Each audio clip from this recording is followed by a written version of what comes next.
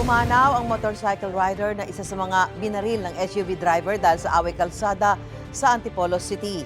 Ayon sa Antipolo Police, maharap ang SUV driver sa reklamong murder, multiple frustrated murder, pati na rin sa paglabag sa Omnibus Election Code. Nakalabas naman na sa ospital ang tatlong iba pang sugatan, kabilang ang live-in partner ng suspect.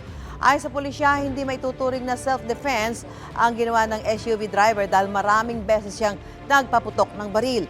Rehistrado naman nila ang baril pero walang exemption ng suspect mula sa COMELEC para sa gun ban.